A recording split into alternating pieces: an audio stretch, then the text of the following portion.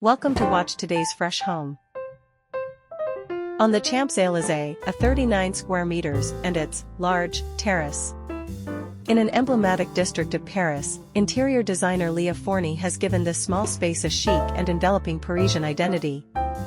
For now, the interior is revealed all in moldings, added by the interior designer in a bourgeois Parisian spirit.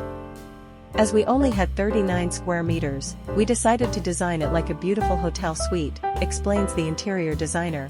I imagined this project in soft tones, notably celadon green, which the owner had fallen in love with. It can indeed be found in notes in the paint, furniture, and decorative elements, making this color the signature, enveloping, of the apartment.